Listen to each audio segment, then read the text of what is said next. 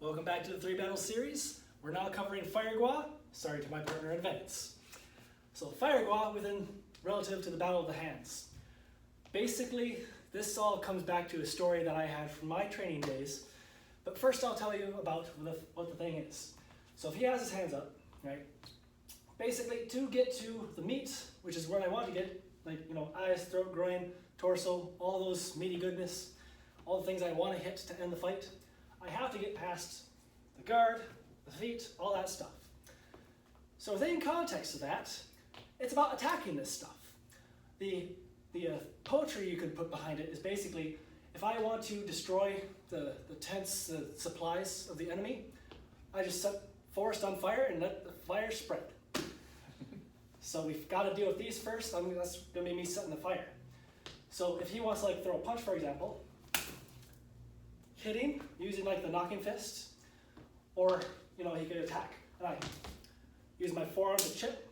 Those are all examples of things that you could do in this, for example.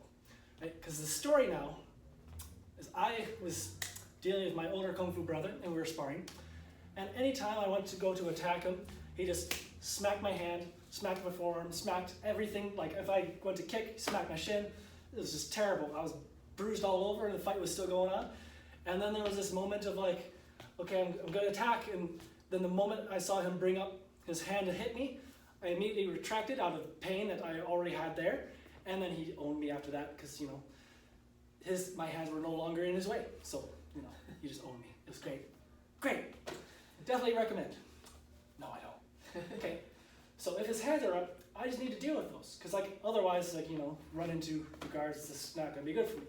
So I can smack my way out through here, and this opens me up to here, or any number of good options. If I go to the inside, I might have to deal with both those hands. Smack that out of the way, smack out of the way, smash in. This is a good spot. Right here, soft. If you hit it right, makes the hand go numb. It's fantastic. But that's basically the way you think about Fire Gua within relation to the Battle of the Hands. In Hung Gar, because I learned Hung Gar from my second Kung Fu teacher, there was a motto saying, "We do not block, we strike." And then there are movements that are just overt blocks. And it's just well, what's the point of that? It has actual blocks. And, well, no, it's not a block. He strikes and I strike the hand. I strike the arm. So, yeah, the intent is to break the arm.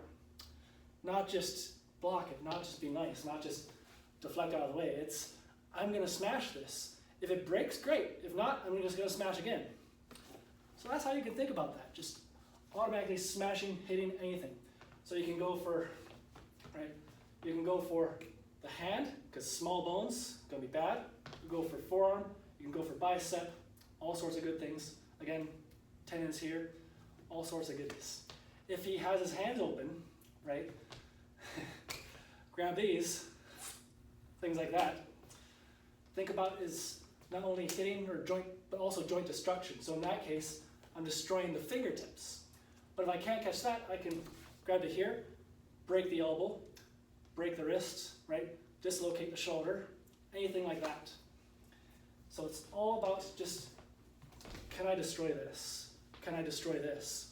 Can I destroy this?